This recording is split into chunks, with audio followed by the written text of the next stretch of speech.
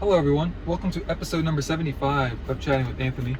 In today's episode, I'm going to ask you, how hard, or I guess you would be asking me, how hard do you need to push? Wait, no, I would be asking you that based on how I worded it. But yes, how hard should we push? I believe the answer in almost every situation is as hard as you can, within reason.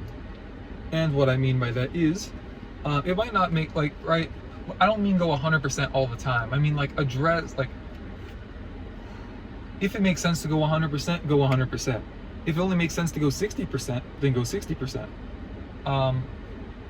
It's kind of like if you go to the gym, right? You might be able to go for 5 hours today.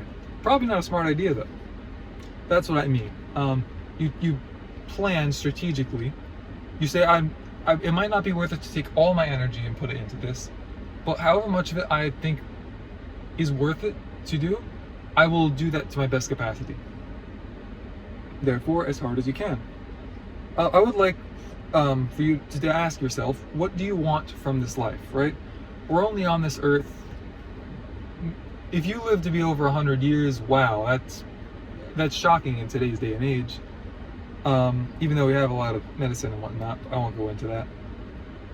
Regardless of that, when you factor in eternity, right? That is the most important part, because that is forever, trillions and trillions of years. 100 years is if you took 1,000,000,000 years and tried to map out 100 years on a graph across the screen, I don't think it would even register. Okay, maybe it will, but you get the point. It would be so tiny that it means almost nothing. So that is number one. You need to take care of that. You need to believe in the sacrifice of Jesus. However, that's a different video. What I'm trying to say is, what do you want from this? We know that we have a limited time here, but there's so many distractions, right? When you look at business ventures, a lot of the distractions are other people's business ventures that they're trying to sell you to spend time there so that they can make more money, right? There's nothing wrong inherently with social media, but the way people use it and the way people get addicted to it, specifically within that usage, is a massive problem. So again, what do you want from it? Use it as a tool. Don't let it use you as a tool. The same goes for a job. Don't let the job use you as a tool. Use the job as a tool to achieve freedom. That doesn't mean do whatever you want when you're at work, because screw them. That's not at all what I'm saying. But you need to understand that, again, they're trying to create it's their business venture. They're trying to maximize their potential. A lot of the times they will run you into the ground to get what they want, and you have to stand up for yourself. Right? And that goes for just I guess the best example of that would be bullies in school. I know I had to deal with them, and I didn't do a great job standing up to them. And even today I still struggle with it, but I know how to handle it better. If somebody doesn't like me because I want to do something a certain way, as long as I'm confident in why I'm doing it and I believe that the Lord has not put it on my heart to change, then I'm not going to be upset with it. It's look, we're different people, different life perspectives, different stages of life, different perspectives. Be upset if you want, so be it. Right? If you want to talk about it, I'll be glad to talk about it with you, because at the very least I'll gain a different perspective that I might not have known previously. But I'm not going to change just for someone that I see every once in a while. I don't think that makes sense, right? As long as what I'm doing, again, makes sense. Exercise, kind of the analogy I used earlier. What do you want from it? Do you want to just be stronger, to be able to achieve greater physical feats? Do you want your body to look a certain way? And then if so, then you got to factor in diet, especially. You should factor in diet regardless, but as I say, abs are made in the kitchen. So yeah, what do you want from it? If you want to lose weight or gain weight, it's really just a matter of calorie balance. So you got to factor that in. What are you burning? And then you have to eat based on that. Or again, if you just want to be a pro strongman, right? You probably should be a bit fatter, just because that's going to help you. I don't know all the science behind it, but there aren't a whole lot of them that are shredded bodybuilders that are trying to actively be a pro strongman. And then with your family time, what do you want to achieve with your family time, in the sense that I know, like, personally, even I struggle with it. Like, I tend to neglect it a bit sometimes for work.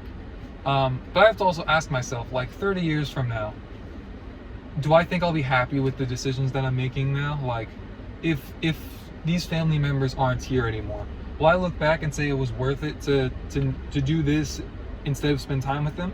And in some cases, the answer is yes. You can't just spend all your time with them, but you do need to have that balance. And again, this world is temporal. We are temporal. Spend time with the people while they're here, because even if you're both in heaven together, I don't think I mean, I've heard debates on it. I don't want to get too far into it, but I've heard people say that when you get to heaven, you're not just gonna like be like, oh look, it's Johnny over there. We're all gonna have like a literal different body. It's not just like us, but like stronger, like a superhero. It's gonna be like completely different. Like the creatures of the angels of heaven, if you've never seen some of the drawings of what they're described to be like, it looks like a video game, really. It doesn't look like it's not something that we would see just like walking around on this earth. So spend time with the people that you love while you can, because you don't want to regret what you do with your time. And I think that not enough people look back at their life. Not enough people, what am I saying? Okay, so not that many people look back at their life regretting doing too much. I think that what they do regret is what they spent the time and effort, what they spent the time on and the effort they put into it. So you could spend 8 hours a day on social media. That is very low effort and just constant dopamine cycling through your brain. But like, there's no effort really in that for the most part. And how productive really is that? Social media is it's a tool, but don't let it use you as the tool.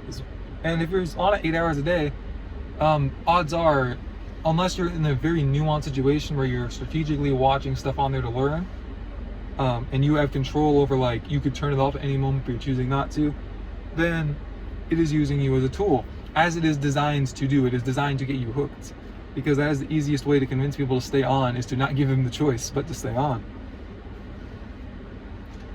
But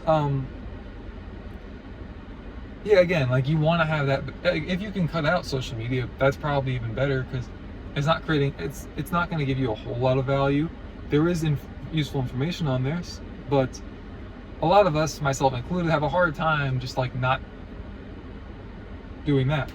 So it's almost just better if you take time away from it. And I would argue, because you don't want it to be like an on again, off again problem, I would argue strategically go back on there and just like force yourself to watch like a couple of things on there, even things that you really enjoy, like the little dopamine hits that don't really provide anything for you, and then turn it off and just practice doing that.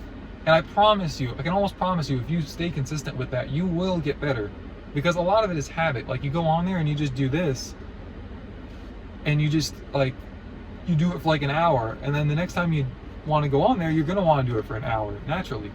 In the same way that, like, I've heard people talk about, like, you go to the gym and they start feeling a little bit weird just if they're supposed to take an off day because they just want to start lifting, right? Like, certain environments have certain cues, and the phone is like its own environment, really.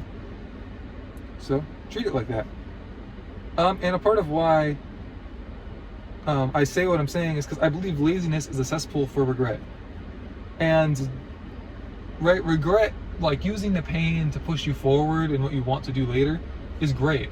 But you don't just want to like stack regret intentionally, because naturally we're human beings. We're going to wet the bed. We're going to regret the choices that we make regardless. So I would argue, try not to give yourself things to regret. But that is all I have for this episode. Thank you guys for watching. Stay safe. God bless. I'll see you both in the next one.